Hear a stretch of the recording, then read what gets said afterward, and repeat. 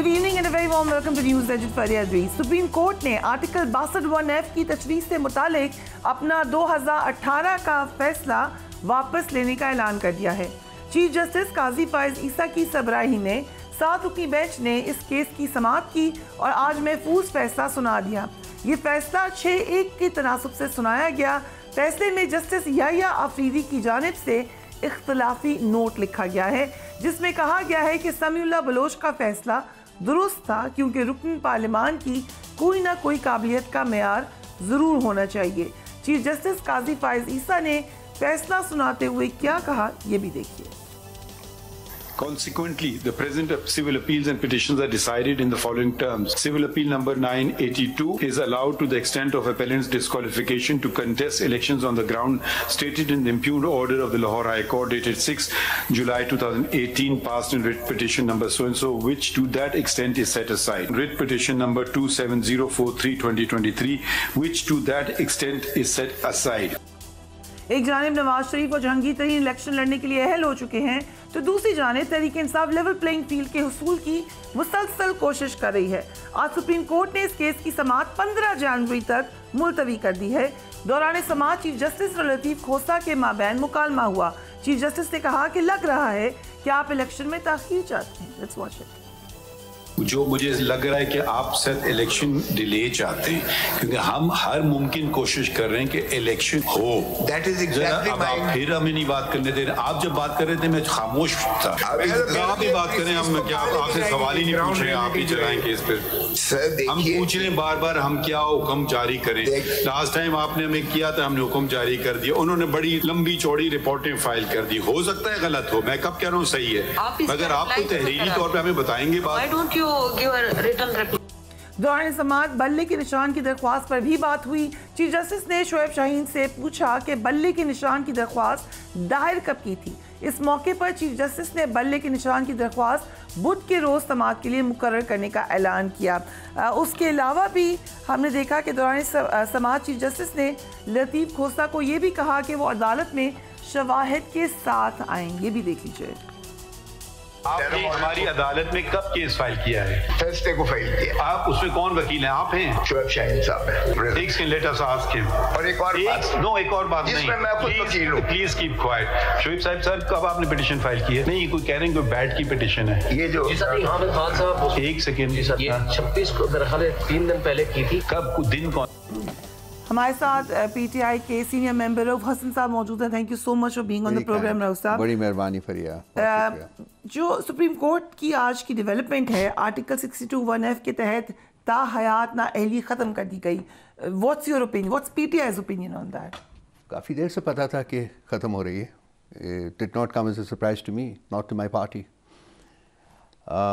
देखिए, आपने अपने इब्तिदाइये में ख़ुद कहा है कि जो पॉलिटिशियन है वो कोई ordinary citizen of the country नहीं होता, एक आम आदमी नहीं होता है। उसके वो इलेक्ट होके आता है लोगों के वोट से, तो लोगों का ट्रस्ट उस पर रिपोज होता है। किस लिए ट्रस्ट रिपोज करते हैं लोग? इसलिए कि वो जाएगा पार्लियामेंट में बैठेगा और उस मुनासबत से अगर उसको कोई ओहदा मिलता है तो उस ओहदे का इस्तेमाल करेगा उन वोटर्स, उस आवाम के लिए के हक़ में, उनकी बेहतरी के लिए जिन्होंने उसको इलेक्ट करके वहाँ भेजा हुआ है, और उस मुल्क की बेहतरी के लिए जिसका वो रेजिडेंट है।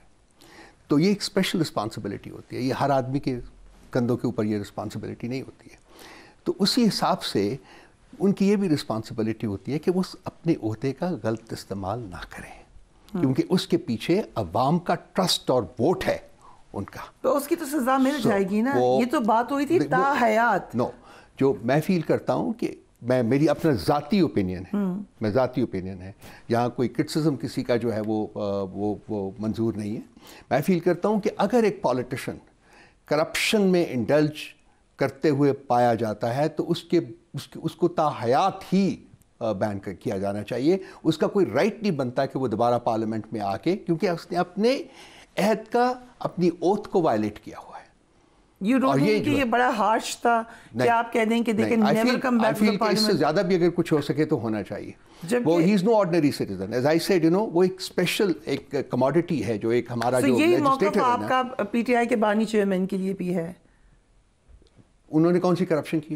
It's not just about corruption, बात गलत काम करने की तो है। कौन सा गलत काम? जो मेयार है आपके ख्याल से वो बिल्कुल ठीक सेट हुआ है? कौन सा गलत काम किया उन्होंने? सिर्फ वहाँ पे आप कहते हैं कि हमारे ऊपर ज्यादती हो रही है, दूसरी तरफ आप कहते हैं कि ये लोग तो हैं ही गलत। सो सिस्टम अगर ज्यादती इधर कर रहा है तो उधर भी कर सकता है। जिस तरीके से उनके मुकदमात कंडक्ट किए जा रहे हैं, क्या वो कानून और कॉन्स्टिट्यूशन के मुताबिक हैं? क्या वो नजर नहीं आ रहा? थी जब उनका मुकदमा था कि हमारा भी एक पैनामा का, हम तो ये कहते हैं वो 10वां जो वॉल्यूम है वो खोल दें सिर्फ। ये तो अब सिर्फ पॉलिटिकल बात है। No, it is not political. It is not political. Faria, I'm sorry, it is not. हमने तो फैसला देखना है, एक फैसला आया। There is content in that I would like to watch. Which is speculation. We don't know. Okay, खोल दें फिर। Okay, speculation खोल दें। So आप रिपोर्ट आप जाके सुप्रीम कोर्ट में ले जाएं, उस पे देखते हैं। हमारे पास और बहुत कुछ है करने को इस वक्त। बेसिक हमारे तो अपने जो मुकदमात है 180 से ज़्यादा मुकदमात है वो भुगत रहे हैं चेयरमैन फॉर लाइफ जो है, तो हम तो उनमें इतना इन्वॉल्व है कि हमारे पास इस वक्त किसी और चीज़ के ऊपर अटेंड करने को फुर्सत नहीं है। ये जो मैंने जो बात की है ये मेरी ज़ाती राय है और मैं बहुत स्ट्रांगली बिलीव करता हूँ। So coming to PTI, obviously जब आपसे आखिरी दफ़ा बात हुई उस वक्त आपकी मुश्किलात बढ़ती हुई नजर आ रही थी और अब काफ़ी अर्से बाद आप दोबारा टेलीविजन पे आए हैं और वो पीक पे कह सकते हैं पहुंच गई हैं। अब कुछ बेहतरी की तरफ जाना है या आपको लगता है पीटीआई अब बस डाउन हिल ही है?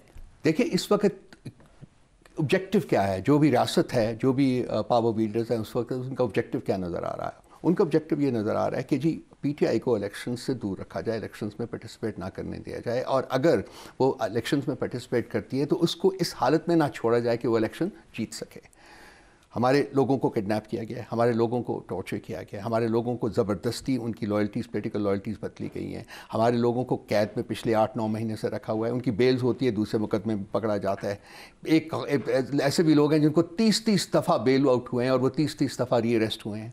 औरतें हैं, बूढ़ी औरतें हैं, यास्मीन राशिद जैसी खातून है जो कि कैंसर फाइट कर रही है इस वक्त, बच्चियाँ हैं, छोटी जवान बच्चियाँ हैं, माएँ हैं, 2-2, 3-3 साल के बच्चे हैं। क्या कानून के मुताबिक उनसे ट्रीटमेंट हो रहा है? कोई खड़ा होकर मुझे बता दे, बैठ जाए मेरे सामने, किस कानून के मुताबिक ट्रीटमेंट हो रहा है? अगर उनको बेल होती एक मुकदमे में, अच्छा 3 MPO जो है, जो कि ड्रैकोनियन लॉ है, जो पता नहीं कब का ख़त्म हो चुका हुआ है, उसको रीइग्नाइट किया गया है और उसके तहत आप उसको पकड़ लेते हैं, जिसमें कि इस पे आपने आज चीफ जस्टिस के कमेंट सुने कोर्ट के अंदर? मैंने बार कोर्ट क्या ये बात कह रहे हैं खुलकर कि आपकी शायद होमवर्क पूरी नहीं होती आपकी लीगल टीम की, एंड वी हैव इंफॉर्मेशन कि इंटरनली भी इस बात में परेशानी है। देखिए कि आपकी लीगल टीम प्रॉपर होमवर्क करके क्यों नहीं? देखिए मुझे जो कोर्ट में नज़र आता है, जो जितने इन्होंने लाइव किए हैं, अपने जितने भी जो मुकदमात ट्रांजैक्शंस जो हैं वो लाइव किए हैं, मुझे तो सिर्फ चीफ जस्टिस बात करते हुए नजर आते हैं। मुझे वकील को तो वो बात करने ही नहीं देते, उसको हर बात के ऊपर काट देते हैं। आज अदीब खोसा साहब से कहा आप लिस्ट दे दें पूरी, वो नहीं दे सके। आपको एविडेंस तो देनी पड़ेगी प्रॉपर, आपको नाम की एक लिस्ट। मेरा ख्याल है कि जी कोर्ट रूम में मैंने जो पढ़ा है, जितना मैंने पढ़ा है, जो जज है वो अपनी जजमेंट के थ्रू बोलता है और उसको जज को अपनी जजमेंट के थ्रू बोलना चाहिए ना। यहाँ हम जजेस को सिर्फ सुन रहे होते हैं। कैसे बोलना चाहिए वकील को अपने सबूत और अपनी बिल्कुल मेरा ख्याल है कि हमारे जो वकला हैं जो जा रहे हैं उनके पास तमाम कवायफ मौजूद होते हैं, तमाम उनके पास फैक्ट्स एंड फिगर्स होती हैं, उनको सुन लेना चाहिए, पेशेंस के साथ उनको बात करने देनी चाहिए। अगर आप एक वकील को हर 10 सेकंड के बाद टोकते हैं, हर 15 सेकंड के बाद टोकते हैं, तो वो बात क्या कर सकेगा? मुझे आप 10-15 सेकंड के बाद टोकेंगे, मैं बात क्या कर सकूँगा? तो ये अनफॉर्चुनेट एक चीज़ मैं देख रहा हूँ, ये मेरा अपना मैंने खुद अपनी आंखों से देखा है कि ये हो रहा है। मेरा ख्याल है कि जजेस को कोशिश करनी चाहिए कि वो अपनी जजमेंट्स के थ्रू बोलें और जो कोर्ट रूम में वकील को अपना केस जो है वो प्रेजेंट करने दें, को आराम से केस प्रेजेंट करने दें। और आपने तो मेरिट पे देखना ना, आपको अगर वैल्यू नज़र नहीं आएगी एक वकील की प्रेजेंटेशन में तो आप एडवर्स जजमेंट दे सकते हैं, उसके खिलाफ जजमेंट दे सकते हैं। आप लोग मुतमईन हैं अपनी लीगल टीम की? हम बहुत मुतमईन हैं जी, बहुत मेहनत कर रहे हैं वो। मतलब हमारे ऊपर आप देखिए कि मैंने as I said you see they are fighting about 100+ cases, 180+ cases. I mean उसमें बहुत से वकील जो है वो इंटरेस्टेड, वो इन्वॉल्व हैं। हो सकता है बात किसी वकील से भूल चुक हो जाए, हो सकता है, मतलब हम फेलेबल हैं, हम कोई इनफेलेबल तो नहीं है ना। हम लोग वक्त का तकाजा हो, किसी और चीज़ का हो, कोई और प्रॉब्लम हो, प्रॉपर कम्युनिकेशन ना हुई हो सकता है कोई डिफिशेंसी रह जाए, तो उसको अगर आप एक तरीके से बता दें कि जी इसको ख़त्म करके दोबारा अगर अगली हियरिंग के ऊपर आप उसको रेक्टिफाई कर दें, वकील रेक्टिफाई कर दे तो वो कर ले। इस वक्त जो अप्रोच लग रही है ना, वो ऐसा लग रहा है कि सिर्फ जजेस ही बोल रहे हैं। Right. We'll take a break and we will be right back.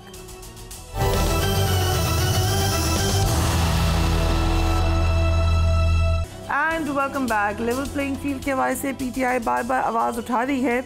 आज लीगल टीम पर आपने कहा कि आप मुतमईन हैं, पर एक और चीज़ आपको क्विकली बता दूं, लतीफ़ खोसर साहब ने कहा कि हमारे खिलाफ एमपीओ के ऑर्डर जारी हुए। चीफ जस्टिस ने कहा आपने उनको चैलेंज किया जिस पर कोई लिस्ट नहीं थी उनके पास कि ऑर्डर चैलेंज किया है। This was a question. बल्ले के इंतखाबी निशान के हवाले से सुप्रीम कोर्ट में बातचीत हुई, आपने अभी देखा, हमने क्लिप भी चलाया। चीफ जस्टिस ने पूछा कि कल की दरख्वास्त पर समाअत कर लें। शुएब शाही ने कहा कि हामिद खान इस केस में वकील हैं, उन्होंने पिटिशन फाइल की है। चीफ जस्टिस ने पूछा वो कहाँ है, तो उन्होंने कहा वो लाइब्रेरी में है। सो दे आर डिफरेंट रीजंस जिन उनके ऊपर सवाल उठ रहे हैं। हो सकता है लीगल टीम पर भी प्रेशर हो, इतने मुकदमात हैं। प्रेशर तो है मुकदमों का, there is no doubt about it Faria. देखिए 180-182 मुकदमे वो भुगत रहे हैं, सुबह दोपहर शाम जो है हियरिंग है हर कोर्ट में। उधर उन्होंने इन कैमरा हियरिंग कर रहे हैं। खान साहब को किसी से मिलने की इजाज़त नहीं है। मैंने आपको बता रहा था प्रोग्राम रिकॉर्डिंग से पहले कि आपका उनसे कोई कांटेक्ट नहीं है, कोई कांटेक्ट नहीं है, किसी का कांटेक्ट नहीं है। कोर्ट पॉलिटिकल लीडरशिप का कोई कांटेक्ट नहीं है। 3 लोग उनसे मिल रहे हैं, 3 किस्म के लोग। जो वकला हैं उनके, वो हफ्ते में 2-1 दफ़ा जाते हैं। ठीक है। उनकी वाइफ है जो 1 हफ्ते में 1 दफ़ा मिलती हैं उनसे। उनकी बहनें हैं जो 2-1 हफ्ते में 1 दफ़ा मिल रही हैं उनको। पार्टी के जो मामलात हैं, पॉलिटिकल लीडरशिप में से किसी को अभी तक, मेरे पास कोर्ट की परमिशंस पड़ी हुई हैं। मैंने कल एक और प्रोग्राम में बैठा हुआ था, वहाँ भी मैंने ये कहा था मेरे पास कोर्ट की परमिशंस हैं। मैं जेल की एडमिनिस्ट्रेशन जो है, जेल सुपरिटेंडेंट से भी बात होती है, मेरे जो लोग हैं वो करते हैं, जो अरेंज करते हैं, उनकी बात होती है, वो बुला लेते हैं। हम बाहर खड़े रहते हैं 3-3, 4-4 घंटे, कहते हैं जी नहीं हो सकती मुलाकात, वापस चली, notwithstanding the permission granted by the court. So मतलब जो कि इकोनॉमिस्ट का आर्टिकल लिख कर लाए, लेकिन it was one of these people जो आपने बताया है जिनके थ्रू इकोनॉमिस्ट का आर्टिकल भेजा गया है। नहीं, मैंने तो नहीं कहा आपको कि किसी के थ्रू भेजा गया या किसी के थ्रू नहीं भेजा गया। डायरेक्ट तो नहीं उन्होंने भेजा होगा। देखिए वो तो लिखा है उन्होंने, आर्टिकल लिखा है, पब्लिश हुआ है। और जो आपके डिसइंफॉर्मेशन मिनिस्टर साहब ने जो वो उनको इंक्वायरी की है, तो उसके बाद क्या हो रहा है आपको पता है? वो हर दूसरे दिन रीपोस्ट कर रहे हैं आर्टिकल का, कोई ना कोई हिस्सा। वो इकोनॉमिस्ट में 11 रीपोस्ट कर चुके हैं उसकी।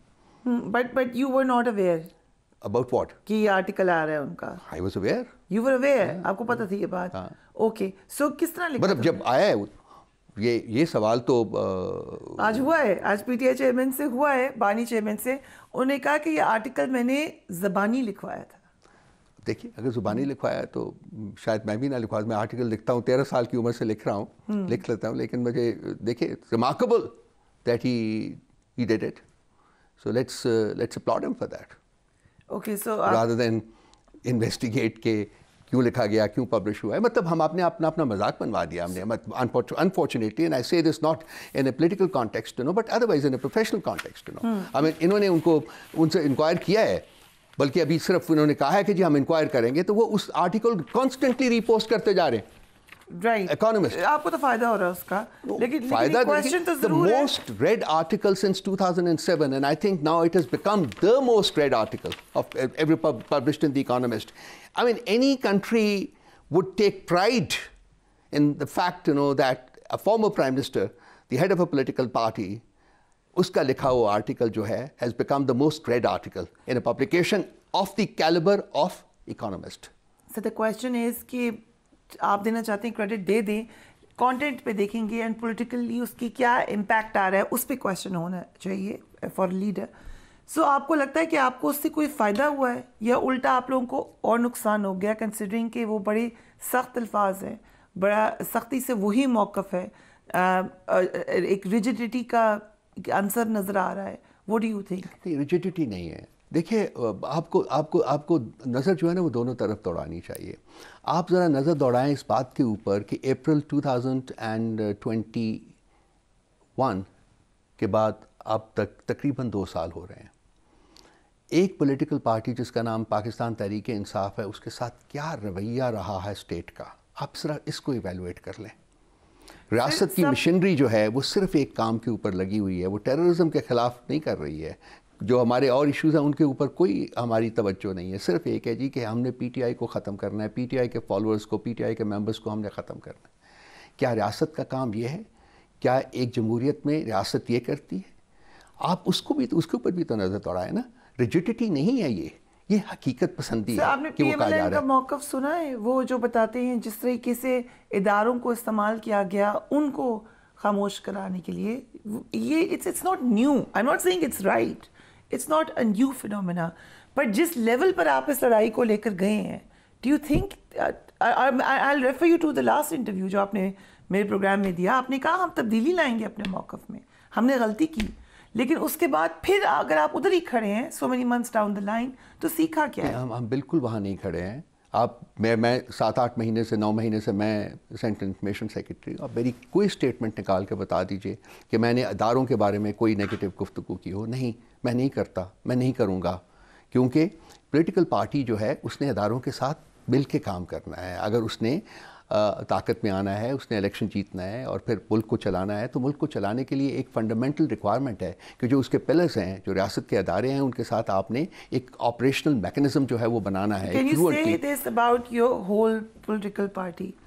एब्सोल्युटली। पार्टी का जो इस वक्त मोटिव है, पार्टी का जो इस वक्त विजन है, खान साहब का अपना पर्सनल विजन है, वो यही है कि हमने मुल्क को आगे लेके चलना है। और मुल्क को आगे लेके चलने के लिए इसमें देखिए एक और बात है, मैं आपको बता दूं बड़ा क्लियरली, वी फील कि इस मुल्क का जो सिस्टम है वो रस्ट हो चुका हुआ है, वो करप्ट हो चुका हुआ है।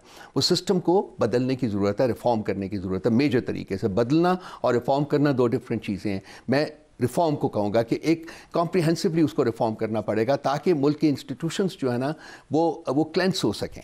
इस वक्त बहुत करप्शन है यहाँ, वो सब कुछ है, ये आपको करना पड़ेगा। इसके लिए अदारों के साथ मिल के अगर आप करें तो वो हो सकता है और जल्दी भी हो सकता है। और अदारों के साथ अगर कॉन्फ्रंटेशन हो जाए तो फिर वो काम नहीं होते हमारे। मसलन and it was not because of any fault on the part of the government of Imran Khan. जो बाकी जो लोग थे वो इन्वॉल्व हो गए थे कि जी शायद खान साहब जो हैं वो इतने अमीनेबल नहीं हैं, या शायद खान साहब वो सो कॉल्ड उनकी बात नहीं मानते। तो इसकी वजह से एक कॉन्फ्रंटेशनल माहौल क्रिएट हो गया था, जिसकी वजह से अल्टीमेटली जो था वो ठीक है। Coming to your party now, जो भी हालात में इस वक्त वो एग्जिस्ट कर रही है, सो तमाम फैसले गौहर खान साहब इंडिपेंडेंटली कर रहे हैं, इमरान खान साहब कर रहे हैं। आप तो कह रहे हैं उनसे बातचीत ही नहीं होती है। गौहर खान साहब तो वकील के तौर पे जा रहे हैं। But how do you know कि यही बात हो रही है? You trust him completely? Absolutely. क्योंकि बीच में कंफ्यूजन हुई ना, शेर अफजल मरवत एक बात कह रहे थे, वो अलग कह रहे थे, अलग अलग बातें हो रही थी। वो अभी जो हमारा लास्ट भी एपिसोड हुआ जिसके बाद में हमने एडमिनिस्ट्रेटिव फैसले किए हैं कुछ, उसमें 2 फैसले हैं। एक तो ये कि खान साहब की जो कम्युनिकेशन है वो बाहर आएगी सिर्फ और सिर्फ बैरिस्टर गौहर के थ्रू, और कोई नहीं उसको बाहर लेके आएगा, और किसी और की बात जो है वो खान साहब की बात नहीं तसव्वुर होगी। दूसरी बात है कि जी 5 उन्होंने स्पोक्स पर्सनस मुकर्रर किए हैं, और पार्टी की पॉलिसी जो है वो सिर्फ ये 5 लोग बयान करेंगे। उसमें ऑब्वियसली गौहर साहब हैं, उसमें सेक्रेटरी जनरल साहब हैं, उसमें शिबली फराज है, उसमें मैं हूं, और उसमें शुएब शाहीन है। ये 5 वो लोग हैं जो कि ऑफिशियल स्पोक्स पर्सन हुए हैं, और पार्टी के बारे में सिर्फ यही लोग जो हैं वो पार्टी को रिप्रेजेंट करेंगे मुख्तलिफ फोरा के ऊपर, और कोई नहीं करेगा। खान साहब हैं आपकी पार्टी में? वो तो नजर ही नहीं आया बड़े अरसे से। शिबली फराज साहब सामने नहीं है, लेकिन जब बाकियों की तरह सारे लोग ही नहीं है ना, सिर्फ मैं हूँ यहाँ, बाकी तो, और या आप सिर्फ गौहर साहब हैं, और तो बाकी सब लोग तो अंडरग्राउंड है। So शिबली फराज साहब भी अंडरग्राउंड है, वो भी okay. So but you are saying कि ये लोग होंगे जो बात करेंगे। सिर्फ 5 लोग। ये कल एडमिनिस्ट्रेटिव ऑर्डर जो है वो इशू हो गया है, इसको हमने पोस्ट भी करते हैं। एंड उस आर्टिकल की बेस पे भी देख लें, या ओवरऑल एक तासुर अब यही है कि पीटीआई के बानी चेयरमैन ने खुद कहा कि मैं तो पावर में नहीं आ सकता। Is that the assessment? नहीं, उन्होंने ये कहा है कि मुझे पावर में नहीं आने देंगे, ये उन्होंने कहा है। ये नहीं कहा कि मैं नहीं आ सकता। ये है कि रियलाइजेशन नहीं, रियलाइजेशन नहीं है, it's a reality which is I mean जो हो रहा है पार्टी के साथ, उसके कॉन्टेक्स्ट में अगर आप देखें तो क्या हम उसके बावजूद वी फील कि आज भी इलेक्शन हो जाएं तो फिर भी हम जीतेंगे। हमारी सर्च जो है, हमारी जो वेव है, उसको ख़त्म नहीं किया जा सकता। क्विकली क्वेश्चन, आपके आधे से ज़्यादा लोग चले गए, जो लोग हैं उनका भी आपको पता नहीं कि वो रुकेंगे कि नहीं रुकेंगे। आप खुद कह रहे हैं आपके पास लेवल प्लेइंग फील्ड नहीं है, आप लोग की आवाज़ उठा रहे हैं। सारे एक स्ट्रक्चर होता है पार्टी का, एक बैकबोन होती है, उसके थ्रू आप अपने वोटर लेकर आते हैं, उससे कैंपेन करते हैं।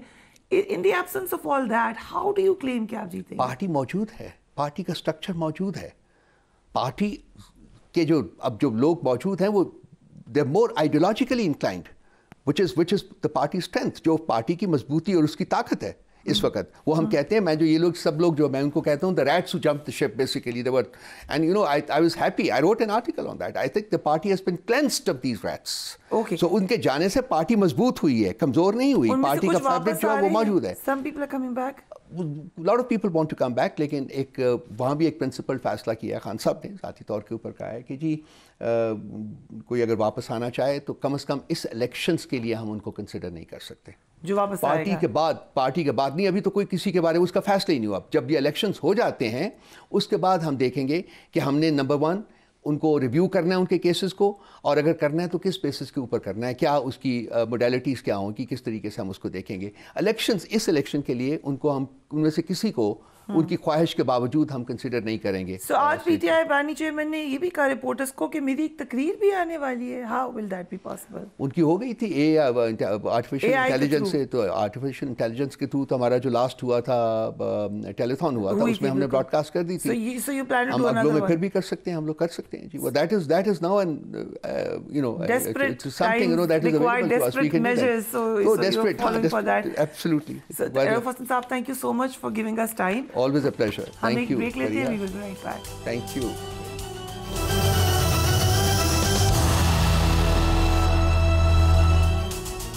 And welcome back. इलेक्शन के इनेकाद में 1 माह का वक्त रह गया है, लेकिन इंतखाबात की गहमा गहमी नजर नहीं आ रही है। Tehreek Insaf level playing field के हुसूल की जंग लड़ रही है, लेकिन दीगर जमातें भी बेदिली से ही इंतखाबी मुहिम चलाती नजर आ रही हैं। मुल्क की सबसे बड़ी जमात होने का दावा करने वाली नून लीग ताहाल पंजाब में टिकटों की तकसीम का ही फैसला बाकायदा नहीं कर सकी। नून लीग आइंदा हुकूमत बनाने का दावा मुसलसल कर रही है, लेकिन ताहाल इस जमात ने अपना मंशूर तक जारी नहीं किया है। इतलात के मुताबिक नून लीग के सरबराह नवाज शरीफ 22 जनवरी से इंतखाबी मुहिम का आगाज करेंगे। मुस्लिम लीग नून के रहनुमा मुशाहिद सैयद ने उनको एक मशवरा दिया है। Let's watch that. गुज़िश्ता आम इंतखाबात से कबल जनूबी पंजाब महाज नजर आता था और इस बार भी एक ऐसा ही अलायंस नजर आ रहा है। मुस्लिम लीग ज़िया के सरबराह एजाजुल हक, साबिक वज़ीर आला पंजाब उस्मान बुज़दार समेत कई अहम सियासतदानों ने मिलकर कौमी यकजहती अलायंस तश्कील दिया है। जरा देखिए। इंडिपेंडेंट्स का ये ग्रुप है कौमी यकजहती अलायंस के नाम से, क्योंकि इस वक्त जरूरत इस चीज की है कि कौमी यकजहती पैदा हो और आपस में एक इत्तेहाद हो, और ये जो पोलराइजेशन इस मुल्क के अंदर है वो दूर हो। और जैसे ही हमारे साथ 3-4 जमातें आएंगी तो हमने पहला काम ये किया, कमेटी एक कायम करके और तमाम लोगों के साथ हम मिलेंगे जाके और तमाम जमातों के साथ देखेंगे कि किस तरह से इस पोलराइजेशन को खत्म किया जाए। चंद रोज कबल सेनेट में चंद अरकान ने मिलकर एक करारदाद पास की जिसमें आम इंतखाबात मुलतवी होने का मुतालबा किया गया था। इस पर आज बिलावल भुट्टो ने कमेंट किया, उन्हें भी देखिए। सेनेट का करारदाद अपनी जगह करवा दे। 8 फरवरी को इलेक्शंस हो रहे हैं। जस्टिस फाइज ईसा साहब ने ये कहा है कि 72 में लिखा हुआ है कि फरवरी 8 पे इलेक्शंस होंगे। अगर 3-4 सेनेटर्स उठ के कहते हैं कि इलेक्शन डिले किया जाए, क्या उनका बात में ज्यादा कानूनी और आईनी वजन है या चीफ जस्टिस ऑफ पाकिस्तान का फैसला में ज्यादा वजन है? तो यही वजह है कि हम कह रहे हैं कि 8 फरवरी पे इलेक्शंस होंगे। मुल्क भर की तरह मुल्तान शहर की अहम नशस्तों पर तहरीक इंसाफ, नून लीग और पीपल्स पार्टी आपस में मुकाबला करेंगी। जो जमातें मुल्तान शहर से जीतने का दावा करी हैं उन पर भी हम नज़र लेते हैं कि मुल्तान में अहम उम्मीदवार और इंतखाबी सूरत हाल है क्या। मुल्तान में मखदूम जावेद हाशमी NA 149 से उम्मीदवार हैं और आज़ाद हैसियत से इलेक्शन लड़ रहे हैं। मखदूम जावेद हाशमी को इस नशिस्त पर जहांगीर तरीन, आमिर डोगर और शेख तारिक रशीद जैसी अहम शख्सियात का सामना है। साबिक वज़ीर आज़म यूसुफ रज़ा गिलानी NA 148 से पीपल्स पार्टी के उम्मीदवार हैं। यूसुफ रज़ा गिलानी को ओन अब्बास बप्पी, सिकंदर हयात बोसन और अहमद हुसैन जैसे अहम उम्मीदवारों का सामना है। NA 151 से यूसुफ रज़ा गिलानी के साहबजादे अली मूसा और NA 152 से अब्दुल कादिर गिलानी उम्मीदवार हैं। मुल्तान के हलकों में NA 150 और NA 151 से शाह महमूद कुरैशी के कागजात नामजदगी मुस्तरद हो चुके हैं, लेकिन इनके बच्चों के कागजात दोनों हलकों से मंजूर हो चुके हैं। क्या इलेक्शन से कबल तमाम जमातों को लेवल प्लेइंग फील्ड मिल जाएगी? मुल्तान का मंजरनामा और पाकिस्तान का मंजरनामा इस वक्त कह क्या रहा है? हमारे साथ मौजूद हैं सीनियर पॉलिटिशियन जावेद हाशमी साहब। Thank you so much Javed Hashmi साहब वक्त देने के लिए। सबसे पहले तो क्योंकि आज नवाज शरीफ साहब की ताहयात नाअहली ख़त्म हुई है, बट साथ ही आपने मुशाहिद हुसैन सैयद साहब का मशवरा भी सुना। क्या अब ये तय है कि नवाज शरीफ साहब प्राइम मिनिस्टर बनेंगे या अभी इसमें गौर व खौस हो रहा है PMLN में? फरिया में मुझे तो अंदर की मुस्लिम लीग की मशावरत का इल्म नहीं है। मैं तो जो ज़मीनी हक़ाइक़ देखता हूँ उसके मुताबिक एक अंदाज़ा लगा सकता हूँ। मुस्लिम लीग का बिल्कुल मियां साहब भी और वो चाहेंगे कि वो वज़ीर आज़म चौथी दफ़ा बने ताकि एक रिकॉर्ड भी बन सके और वही मुल्क के मसाइल को हल करने की हकीकत रखते हैं। हो सकता है अभी 2-4 दिनों में सबसे पहले उन्हें मुस्लिम लीग का सदर बनाया जाए और फिर उनकी क़यादत में इंतखाबात में वो आएँ। जो जहाँ तक मुशाहिद हुसैन सैयद साहब, क्योंकि शाह साहब हैं, जब कोई अता करने पे आते हैं, बख्शने पे आते हैं तो कुछ भी पल्ले से तो कुछ लगता नहीं है। वो पर बात ये है कि सदर बनना, वज़ीर आज़म बनना अगर उनके बस में हो, मुस्लिम लीग के, या सदर बनना उनके बस में हो तो फिर तो बन जाए। हमारे हकीकतन सियासी पार्टियों के अंदर इतनी क़ुव्वत ताकत है नहीं, ना इतनी वो मुनज़्ज़म है कि वो इसमें अपनी मर्ज़ी के ओहदे चुनती फिरें, उनको आगे ले जाती रहें। मैं समझता हूँ ये फ़ैसला किसी और ने करना होता है, आज नहीं शुरू से किसी और ने करना होता है। इंतखाबात के बारे में भी आपने कहा कि वो गहमा गहमी नहीं है। देखिए इंतखाबात तो अभी तक लोगों को यकीन भी नहीं आ रहा, लेकिन जो हमारी पॉलिटिकल पार्टीज़ हैं वो इतनी गैर मुनज़्ज़म हैं।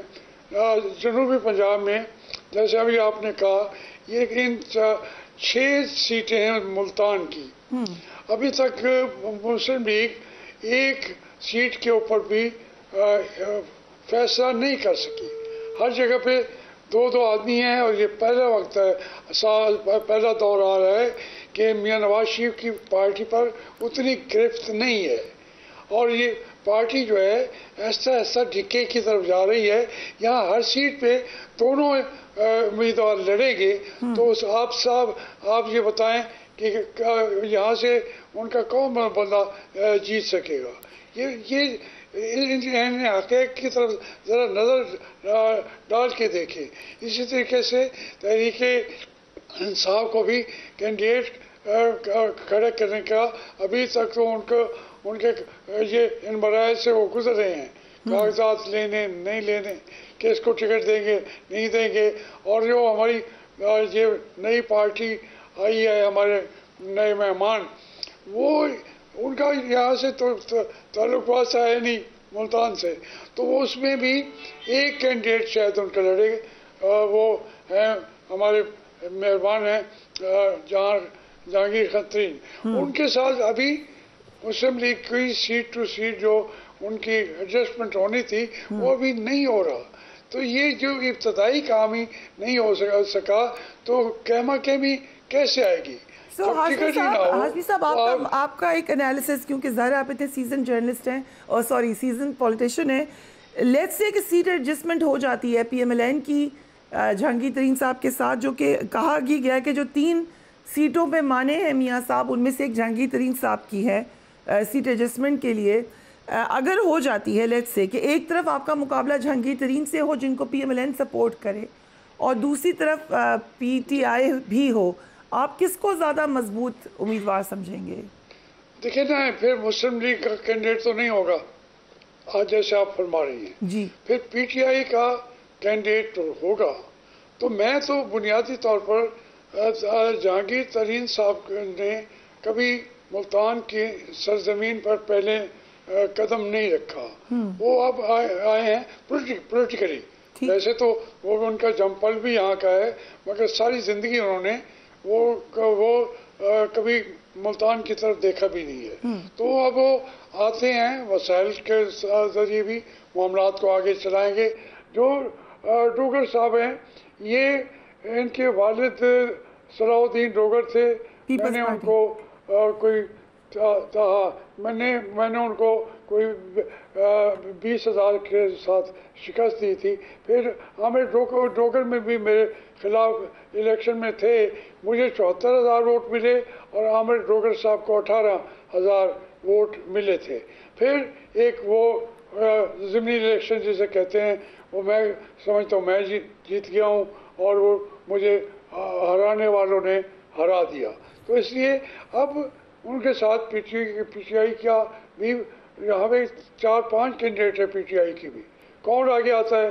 और फिर जो मुल्क की सतह पे एक स्टैंड है मेरा, स्टांस है मेरा, वो इस वक्त पूरी पीटीआई की जो कैंडिडेट छोड़े उनके मर्कजी लीडर भी वो चुप साध गए हैं, वो बोलते नहीं हैं, न इमरान खान के लिए, न उसकी रिहाई के लिए, न उसके कामों के लिए मैं बोल रहा हूँ, लेकिन मुझे इसकी परवाह नहीं है, वो चाहे वो कर लेंगे।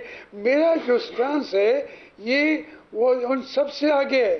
जब पूरी तहरीक इंसाफ चुप करके बैठ गई या वो उन बेचारों को वो छुपी फिरती है, उस वक्त मैं खड़ा होकर बोल रहा हूँ, उनका जो मतमा नज़र था उसको मैं एक्सप्लेन कर रहा हूँ। उसके बाद ये देखा जाएगा, उनके लोग भी मुझे यकीन है वो भी मुझे ही वोट देंगे और जो जमात मुस्लिम लीग वाले भी यकीनन मुझे देंगे। और इसके बाद ये कहना कि मैं ही जीतूंगा, ये तो खैर हर कैंडिडेट कहता है, मैं भी कह देता हूँ कि मैं ही जीतूंगा। आप कह रहे हैं कि ऑन प्रिंसिपल नजरियाती बुनियाद पर जो पीटीआई का वोटर है वो भी आपको वोट डाल सकता है और पीएमएलएन का भी। जरा नवाज शरीफ पे बात करते हैं हाशमी साहब। ये बात ठीक है कि मुश्किल वक्त में है इस वक्त पीटीआई और आपने इस वक्त में आकर उनके लिए आवाज़ उठाई। पीएमएलएन भी बड़ी दफ़ा मुश्किल वक्त में रही है, आप जेल भी जा चुके हैं पीएमएलएन के लिए। ये बताइएगा कि बार बार जो कम बैक होता है नवाज शरीफ साहब का, इस दफ़ा भी एक ज़बरदस्त कम बैक हुआ है। ये आप तो जानते हैं नवाज शरीफ साहब को, क्या उनके अंदर ऐसी खासियत है कि वो हमेशा वापस आते हैं, क्या वजह है इसकी? देखिए नवाज शरीफ साहब या जितनी ये क़यादतें हैं, मैं शायद मैं कोई उसमें वो नहीं करना चाहता। फिर वो कहते हैं कि नहीं हम तो अब वज़ीर आज़म हैं, हम तो अब सदर ममलिकत हैं मुशाहिद सैयद के मुताबिक। तो वो कहते हैं आप जिस मुल्क में हमारे दोस्त अलवी को ये बर्दाश्त नहीं कर रही वज़ीर हमारा सदर ममलिकत, वहाँ नवाज शरीफ को कबूल कर लेंगे। बात ये है वो अपनी मर्ज़ी से लाते हैं। मैं नवाज शरीफ के अंदर वो लड़े हैं। एक बात मैं बिल्कुल बरमला कहूँगा, वो साथ लंबे अरसे तक लड़े हैं, लेकिन फिर एक जगह पे उनकी हद आ जाती है, फिर उनको कॉम्प्रोमाइज़ करना पड़ता है। उनकी फैमिली, उनके मामलात, उनकी चीज़ें, हर चीज़ को दाव भी लगा देते हैं। लेकिन इसके बावजूद मैं इमरान खान के साथ मिलके ये सारे के सारे एक हद से आगे जा नहीं सकते, इनके हाथ बंधे हुए हैं। तो इसलिए ये उनका कम बैक नहीं होता, ये कम बैक होता है दूसरे से गिला होता है, नाराज़गी होती हैं। वो कहते हैं उसको हम लाए थे, तो फिर उस गिले का बदला लेके वो इस तरह की लीडरशिप ले आते हैं। लेकिन पाकिस्तान में असल लीडरशिप जो है, जो ज़मीन से उठ के आ गया है, उसके लिए रास्ते मसदूद है। So let's say Nawaz Sharif साहब दोबारा बनते हैं प्राइम मिनिस्टर, तो आपको लगता है कि उनकी फिर नाराज़गी हो जाएगी या इस दफ़ा मामला फ़र्क होंगे? वो ना भी चाहें, नाराज़गी तो होनी है। देखिए जी, हमारी सराइकी में कहते हैं तो आटा बलेंदी हल्दी क्यों है, कि तुम आटा गूंद रही हो तो हिलती क्यों हो। वो हमारी कहती है आटा बलेंदी हल्दी क्यों है। तो इसलिए वो या नवाज शरीफ हो या एक सरकंडे का वज़ीर आज़म हो, उससे भी लड़ाई होनी वो नविश्ता दीवार है। सो इस इलेक्शन में पीटीआई को कोई स्पेस मिलती नज़र आ रही है आपको? कुछ पेपर अब उनके मंजूर हुए हैं किस हद तक आपको लगता है कि लेवल प्लेइंग फील्ड पीटीआई को मिल जाएगी? देखिए, इस वक्त मैं तल्ख बात करना चाहता हूँ, उनकी सारी पार्टी जो फील्ड में है उसमें से 70-80% तो के साथ मिल के चल रही है। अब इमरान खान क्या करे? टिकटें तो उन्हीं को देगा ना, टिकटें तो उन्हीं को देगा।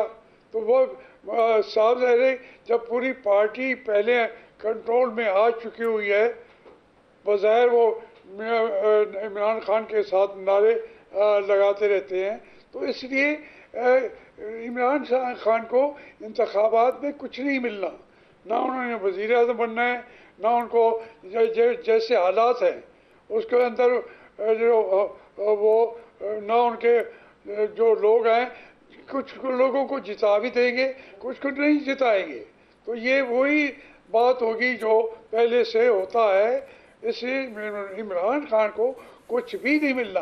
तो फिर उसको कुर्बानी देनी पड़ती है, इमरान खान को दे, वो इस कौम के लिए, क्योंकि किसी ने नहीं दी, वो दे, कौम उसको दुआएं देगी। लेकिन हाशमी साहब, इसमें एक दूसरा नुक्ता नज़र भी तो है कि इस्टेब्लिशमेंट के साथ मिलकर ही चलना है अगर आपने मुल्क को आगे लेके जाना है। हर दफ़ा क्यों सारा का सारा मलबा इस्टेब्लिशमेंट पर ही डाल देते हैं? पीटीआई चेयरमैन, ईबानी चेयरमैन इमरान खान साहब ये इस्टेब्लिशमेंट की फुल सपोर्ट से ही आए थे, तो फिर अब उनके खिलाफ हो जाना जब हुकूमत से निकल जाएं, हर कोई यही करता है। मैं तो उसका चश्मदीद गवाह हूँ, मेरे सामने आए हैं वो, मैं आज भी कहता हूँ। और आज उस वक्त मैंने समझाया, जो आज इमरान खान कह रहा था, मैंने उस वक्त कहा था कि आप ये करें, आप मजबूत अपोजिशन बन जाएंगे, 70-80 MNA आपके वो बन जाएंगे, आप आराम से अपोजिशन करेंगे और वो अपोजिशन जो है वो मुल्क को एक ट्रैक पे चला लेगी। ये मुश्किल काम है। आज आप जैसे फरमा रही हैं, इमरान खान भी हो सकता है कल को वो कह के वो इक़्तिदार के लिए बैठा होगा। अगर वो इक़्तिदार के लिए बैठा है तो वो भी तारीख के अंदर वैसे वो हशर होगा जो सब लोगों का होता रहा है, जो हिस्सा बन जाते हैं। राइट, मैं आपकी ट्वीट है मेरे सामने, आपने कहा इंतखाबात मुलतवी करने का ये पुराना हथकंडा लाया गया है। आपने करारदाद पे सेनेट की कहा 70 साल से इन्हीं ऊंचे हथकंडों को इस्तेमाल करके मुल्क चलाया जा रहा है। हमारे दानिशर अब तक समझ नहीं सके कि कल को यही करारदादें उनके खिलाफ लाई जाएंगी। आपको लगता है जो इस वक्त पीटीआई के साथ हो रहा है, मैं लार्जर कॉन्टेक्स्ट में बात कर रही हूँ, ये भी अभी इनके हालात बेहतर भी हो सकते हैं?